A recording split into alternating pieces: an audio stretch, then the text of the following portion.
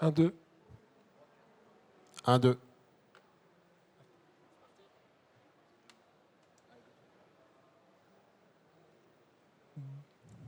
Bonjour à toutes et tous. Tout d'abord, merci de participer à cet atelier solution. Je tiens à remercier chaleureusement Kamel de sa venue et d'avoir accepté de nous faire un retour d'expérience sur notre solution. Donc, je suis Kevin Corté, directeur commercial Map System. Et aujourd'hui, on va vous parler de l'impact du PIM et du DAM pour une stratégie e-commerce et sur le développement international pour le groupe Oxycare. Merci Kevin. Donc moi je m'appelle Kamel Bouadi, je suis responsable développement digital international pour la société SOS Oxygène et leur filiale Oxycare. Donc quelques mots déjà concernant Oxycare. Donc Oxycare, c'est une société basée en Allemagne, c'est un prestataire de santé spécialisé dans le domaine de l'oxygénothérapie et l'apnée du sommeil, les troubles du sommeil. L'oxygénothérapie, vous en avez entendu parler forcément en 2019 avec la pandémie qui nous a tous touchés. Donc c'est la thérapie qui permettait entre autres de soigner les malades qui avaient des troubles liés au coronavirus. Depuis 2019, Oxycare a été racheté par une société française qui m'emploie, qui a 30 ans d'existence. C'est une société qui dispose de plus de 4000 collaborateurs à travers le monde, avec 18 filiales. On est principalement basé en Europe, en Allemagne, on est en Italie, au Portugal, on est également en Asie-Pacifique, en Australie, en Corée du Sud. Et le core business, le métier, que ce soit SOS Oxygène ou Oxycare, c'est le traitement des patients. Donc vous allez vous dire, qu'est-ce qu'il fait là à discuter d'une solution PIM? Donc c'est qu'à cette époque, il y a une forte demande, notamment liée par des patients. Notre métier, c'est d'adresser à la fois des patients, des prestataires de santé, des hôpitaux, des cliniques. Donc on a une cible B2C, B2B, B2C. Et donc de ce fait, par rapport à la forte demande qu'il y a eu lors de cette pandémie, il a fallu se doter de plateformes digitales, on va dire, qui pouvaient supporter cette croissance. Et voilà le sujet qui fait que je suis là devant vous pour vous en parler. Le contexte initial, donc moi je suis arrivé en 2021, donc comme je le disais tout à l'heure dans cette période de pandémie. À cette époque, la société Oxycare disposait d'un site e-commerce assez vieillissant, très statique, tout était fait manuellement. Et ils se sont rendus compte donc, des limites de leur système, puisqu'à l'époque, par exemple, quand il y avait du order management, tout était fait, toute la saisie était refaite entre leur système et leur ERP, par exemple. Toutes les données produits étaient agrégées directement donc, sur différents supports. Et donc, à chaque fois, il y avait du traitement manuel lorsqu'il y avait un changement sur la data, qu'elle soit dans l'ERP ou à la fois dans le système front-end, dans leur site marchand. Et le site était uniquement en langue allemande, donc sur un marché qu'on appelle Dash, qui oriente donc l'Allemagne, l'Autriche et la Suisse alémanique. Donc l'objectif à cette époque, ça a été de voir les limites par rapport à la demande et le fait qu'on a pu le supporter puisqu'on avait des dispositifs poussés en termes de logistique pour répondre et du staff, mais il n'y avait pas vraiment beaucoup d'intelligence d'optimisation dans les process.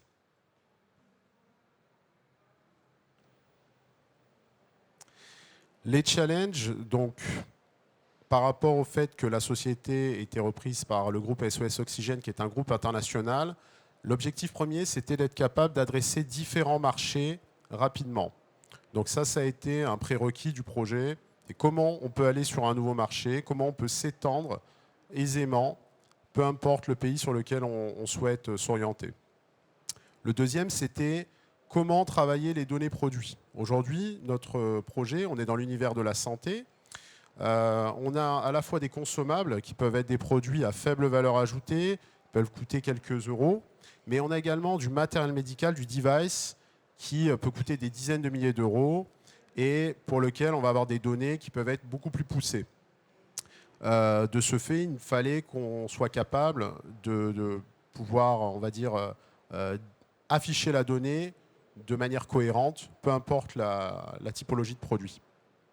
On est dans l'univers de la santé, comme je l'ai dit, donc on a des réglementations. De ce fait, on doit se plier et on doit être capable de s'adapter à des réglementations qui changent et qui bougent. On est sur un marché où il y a parfois des problématiques et on doit y répondre très rapidement, être vraiment agile, et le mot n'est pas juste utilisé dans l'univers tech. Nous, dans l'agilité, au niveau des réglementations, c'est fondamental, parce qu'on peut avoir des problématiques, des sanctions. Donc c'était important pour nous de répondre à cette réglementation, et le contexte international, une réglementation qui peut être différente selon les pays. On a également, comme on travaille dans le domaine de la santé, des données qui proviennent de différents fournisseurs qui ne sont pas forcément des digital natives. Leur métier, ce n'est pas forcément de travailler sur des plateformes digitales, ce qui fait qu'elles n'ont pas forcément des données qui sont structurées pour travailler sur des sites marchands. Donc on travaille parfois avec des laboratoires, des fabricants qui vont nous donner des données en format papier, en PDF, en format Excel. On peut avoir différentes typologies de data. L'objectif, c'était aussi d'être à l'aise dans la réception de ces données pour pouvoir les traiter. Et ensuite, il y a la localisation des équipes. Moi, je suis français, je travaille pour la société française, mais je travaille sur ce projet qui est basé en Allemagne. On a des équipes collaboratives qui peuvent être partout en Europe. Donc l'objet, c'était également d'avoir un système qui allait nous permettre de travailler conjointement, sans effet de bord, et ce qui n'est pas forcément très facile, par exemple, lorsqu'on travaille avec des solutions type Adobe Commerce, ce n'est pas des solutions qui sont faciles à prendre en main. Donc le fait de travailler, par exemple, avec une solution PIM, DAM, telle que Maps, ça permet aux équipes d'appréhender l'enrichissement des produits de manière plus aisée que de le faire directement dans un CMS.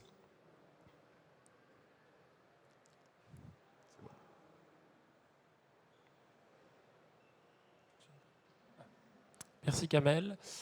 Donc moi, je suis Kevin Corté, directeur commercial Map System. Donc Map System, pour vous dire quelques mots autour de notre solution, on est né en 2008.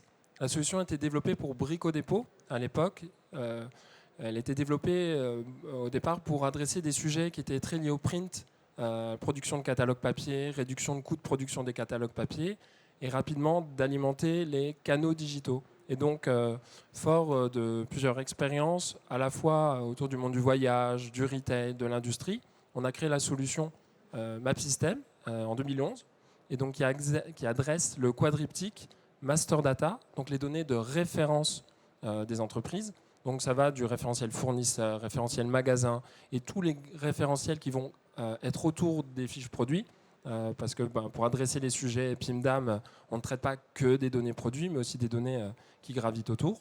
On adresse des sujets d'assets, donc la solution est équipée d'un vrai DAM.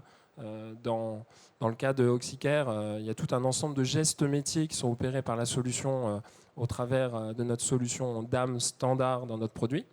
Bien évidemment, donc, le sujet du jour, c'est autour du PIM. Donc la solution, elle est adaptée, modélisé pour adresser des sujets de PIM et de données de référence. Et ensuite, on adresse des sujets de syndication, donc comment on collecte, centralise, diffuse des données sur l'ensemble des canaux. Aujourd'hui, on est basé à Luxembourg. On est présent en France, Belgique, Suisse, Allemagne et bien évidemment au Luxembourg. On a à peu près un peu plus de 80 clients. La moitié, ce sont des fabricants, l'autre moitié sont des distributeurs avec des grands groupes internationaux. Aujourd'hui, ce que je rencontre dans les entreprises, c'est le sujet du PIM, il est quasiment pour toutes les entreprises. Après, c'est le niveau de muscle, le niveau de challenge qu'a l'entreprise qui font qu'ils passent le cap et qui s'équipent d'une solution, qui se structure, etc. Donc on travaille avec des entreprises comme Métro France, Groupe FBD, Xina, ou comme le groupe Viessmann et tout un ensemble de fabricants dans tout secteur, dans le monde du voyage, voyage privé, Ponant, etc. Donc voilà. Et on a à peu près 5000 utilisateurs qui utilisent notre plateforme. En termes de fonctionnalité, donc la solution, ce qu'il faut voir par rapport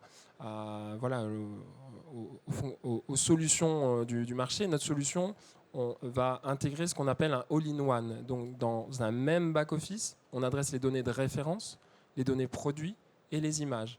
Ce qui permet en fait de ne pas avoir à faire d'interconnexion entre des systèmes et d'avoir une efficience assez rapide une fois que la solution est configurée, paramétrée avec le client.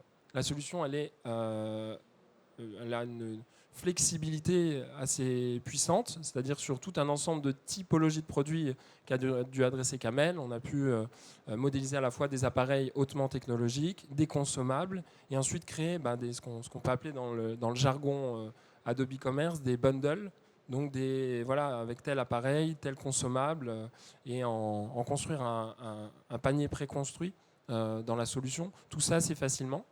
La solution est low code, donc tout est paramétrable sans faire de développement. Ça, c'est clairement à la fois une force et une attente aujourd'hui du marché, c'est de ne pas être contraint par des développements techniques, technologiques. Bien évidemment, aujourd'hui, ça devient presque essentiel dans nos outils. C'est une révolution dans les outils de PIM et DAM, surtout quand on a le DAM et le PIM dans une même solution, c'est l'IA.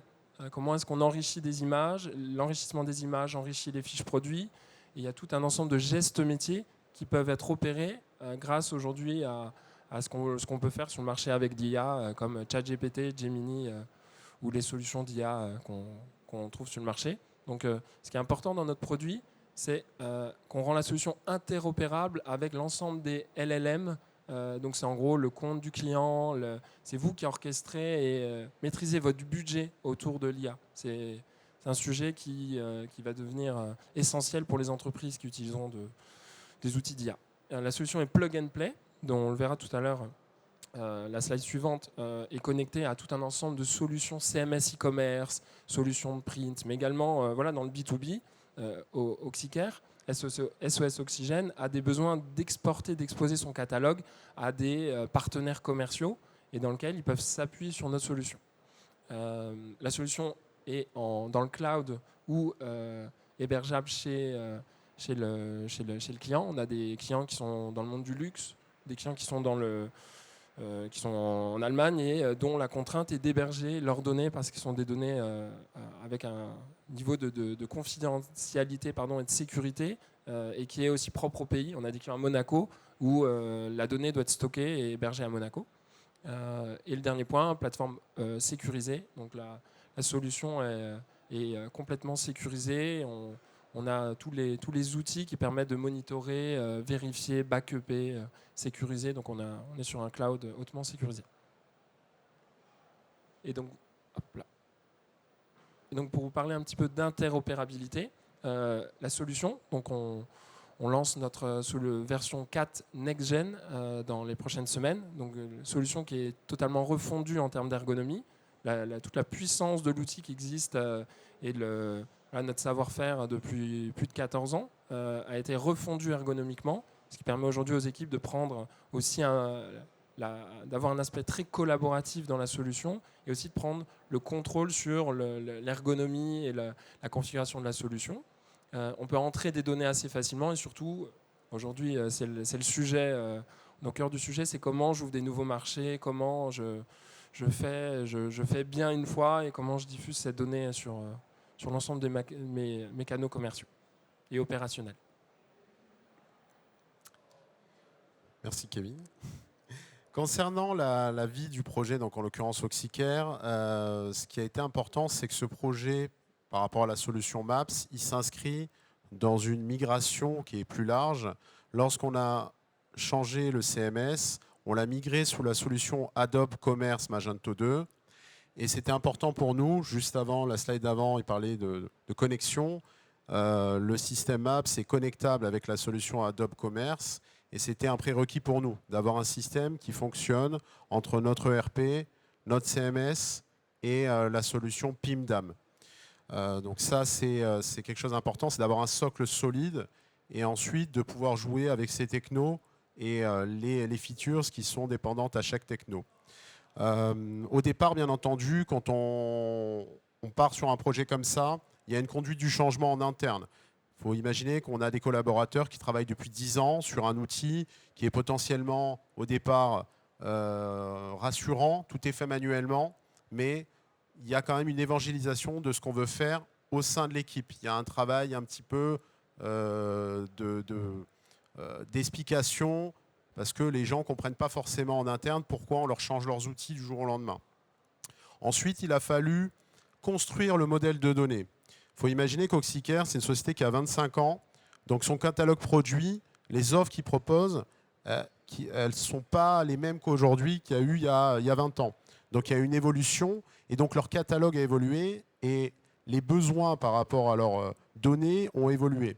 Donc ce travail-là, il a été intéressant, ça a été de construire le modèle de données. Quelles sont nos datas, quelles sont les données importantes à afficher, à mettre en avant pour nos patients ou nos clients B2B, des médecins, des cliniques. L'objectif, c'était de réfléchir aux attributs et aux familles de produits qui étaient importantes pour nous dans notre système. Ensuite, bien sûr, il a fallu agréger les données. Une fois qu'on a ce squelette, ce modèle de données, ce template, il faut l'alimenter. Donc là, l'intérêt de la solution Maps, c'est qu'on peut faire de l'import de data en masse. Donc on peut importer des fichiers, on peut agréger des données qui sont potentiellement travaillées d'abord sur des fichiers Excel ou peu importe, et ensuite les agréger facilement dans la solution. Il y a eu du travail, bien entendu, aussi d'enrichissement manuel. Faut pas se leurrer, on est toujours important quand même manuellement. Et ensuite, une fois que ces données donc, ont été structurées, enrichies, on a pu faire un travail donc, de traduction pour aller vers ces nouveaux marchés. Et c'est là où l'intérêt était vraiment, on a pu aller très vite sur cette partie-là. Je vous donne un exemple très concret.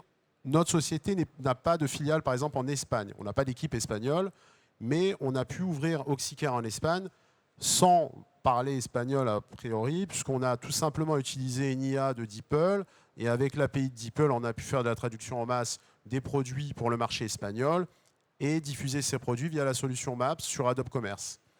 Vous allez me dire, les données ne sont peut-être pas 100%, il y a certainement des erreurs, hein, vous imaginez bien que les outils d'IA ne sont pas parfaits, mais néanmoins, ça nous permet d'aller sur un marché, d'aller le tester, de voir est-ce qu'il y a une appétence, est-ce que ça fonctionne sur le marché espagnol. Et si il y a un intérêt pour nous économique, on va pouvoir après aller développer et pourquoi pas même se dire tiens, on peut faire de la croissance externe sur le marché espagnol puisqu'il y a un intérêt grâce à notre plateforme digitale. Donc ça a été un intérêt important pour nous sur le projet. Ensuite, j'ai parlé de la diffusion. Voilà, l'objectif, ce n'est pas juste d'avoir des belles données centralisées dans la solution Maps, c'est d'en faire quelque chose. Et donc l'intérêt pour nous, là, ça a été de la diffuser, en l'occurrence sur la solution Adobe Commerce, mais la donnée, elle peut être utilisée sur d'autres supports, sur des marketplaces, sur des catalogues produits qu'on pourrait faire pour des clients spécifiques, pour de l'appel d'offres. Parfois, on répond à de l'appel d'offres du catalogue partagé spécifique pour ces demandes. Donc l'intérêt, c'est aussi d'avoir la donnée exploitable sur différents supports. Et le dernier point, on en a parlé un petit peu, c'est comment aujourd'hui la solution Maps est capable de nous apporter des features qui sont disponibles directement chez elle sur son outil, c'est-à-dire pouvoir faire ses traductions, faire ce travail par exemple, puisque là je parle beaucoup de la donnée, on va dire froide produit, mais on peut parler aussi de media management. Et donc l'intérêt, ça pourrait être très concrètement de dire tiens, mon site, les photos, je veux qu'elles soient en 800 par 800. Je pourrais très bien faire ce travail directement via la solution Maps avec l'intelligence artificielle qui va tout simplement travailler mes données et travailler mes médias sur la solution et ensuite les diffuser sur ma solution Adobe Commerce. Donc l'objectif, c'est aussi, je reviens sur le mot agilité, c'est un vieux mot hein, aujourd'hui, on en a trop entendu parler, mais pour nous, c'est vraiment très concret. Bon, ben voilà. Quel bénéfice pour la solution d'Oxycare? Donc, en l'occurrence, effectivement, cette agilité. Donc, d'aller sur des marchés rapidement. Pour nous, c'est vraiment fondamental. L'optimisation du parcours produit. Comme je l'ai dit précédemment, en 2021, 2020, quand un produit est inséré dans notre ERP, sachant que ce ne sont pas les mêmes équipes, les équipes produits travaillent avec des fabricants et elles ne font pas forcément sur la partie digital e-commerce. Donc avant, il fallait prendre ces produits qui sont dans le RP, les ressaisir manuellement sur la partie CMS, etc. Il y avait de l'erreur, c'était chronophage. Aujourd'hui, le produit, j'ai envie de dire, il vit, il a un parcours, il y a un workflow. Quand il va sur le RP, on peut choisir en un clic si on l'envoie sur la solution Maps et on peut choisir depuis la solution Maps via différents statuts si on veut l'afficher sur différents supports. Donc aujourd'hui, j'ai presque envie de dire, le produit, on choisit à quel moment on le fait avancer et ça nous permet de gagner énormément de temps et aussi d'éviter de la saisie et de mettre les équipes sur des sujets qui sont plus intéressants pour nous. L'intérêt également, donc encore une fois, c'est cette productivité. Si les équipes elles sont moins sur ce travail manuel, sur cet enrichissement qu'elles faisaient précédemment sur la solution CMS directement, là vont pouvoir travailler d'autres aspects, être dans une démarche qui va être plus marketing et plus intéressante que juste travailler de la donnée pour travailler de la donnée. Quels sont les résultats après 3 ans? Donc, encore une fois, je parle de la solution Maps, mais qui s'intègre à la fois sur cette migration qu'on a eue par rapport à Adobe Commerce. Aujourd'hui, on a un chiffre d'affaires qui a été multiplié par 4.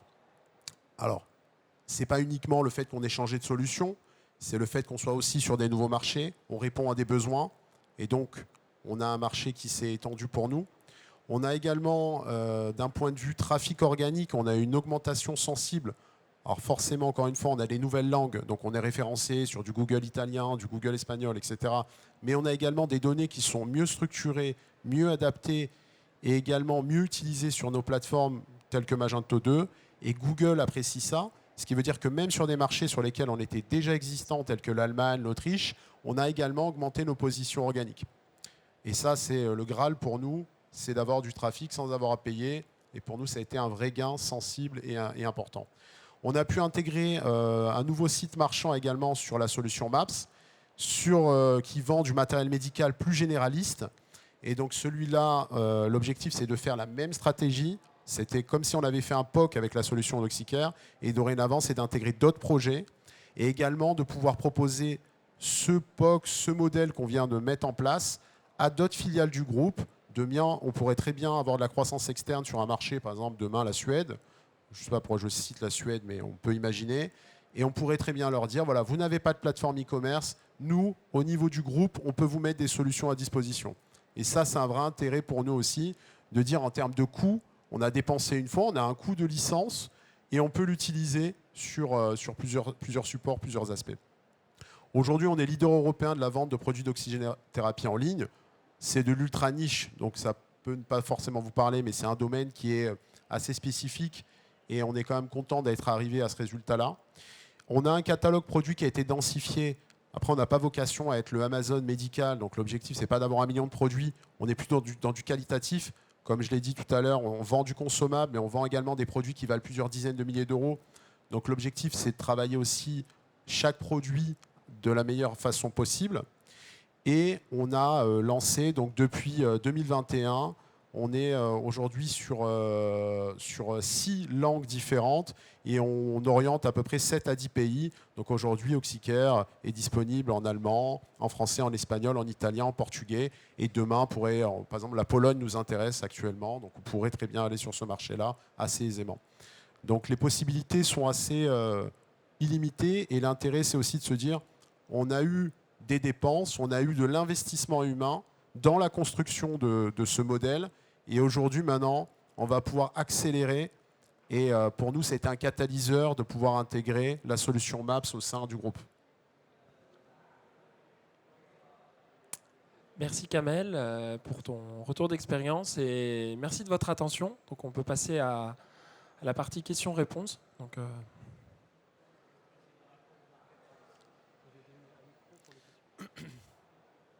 Alors la question, c'est par rapport au marketplace, j'ai entendu.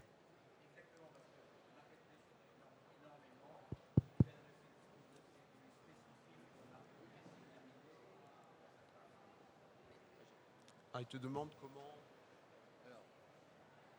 La question, c'est les marketplaces qui sont un vecteur d'expansion facile, je mets facile entre guillemets, mais facile. Et il y en a des tas, je pense par exemple à la Redoute dans le jouet. Est-ce que c'est des connecteurs que vous avez? Est-ce que c'est des connecteurs qui sont développés au coup par coup en fonction de la marketplace? Comment ça se passe? merci pour votre question. Donc, avec MapSystem, on a un module d'export de données qui permet d'exposer les données dans le format attendu par la solution technologique qu'on doit alimenter. Donc typiquement, on alimente des CMS, on n'a pas de connecteur au travers de cet outil où on réalimente même le système d'information sans faire de développement.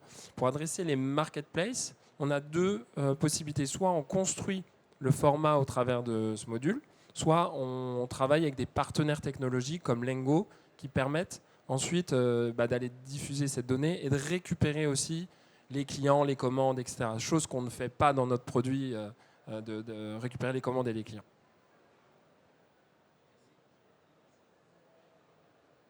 Est-ce que vous avez une autre question ?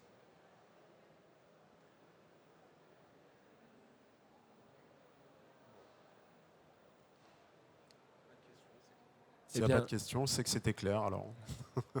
En tout bien- cas, merci d'avoir suivi cette conférence avec nous. Et puis, si vous avez besoin d'avoir des informations concernant la solution MAPS, je crois que vous pouvez les retrouver au stand C102. C102. Voilà. Voilà. Bonne journée à tous. Merci. Allez, bonne journée.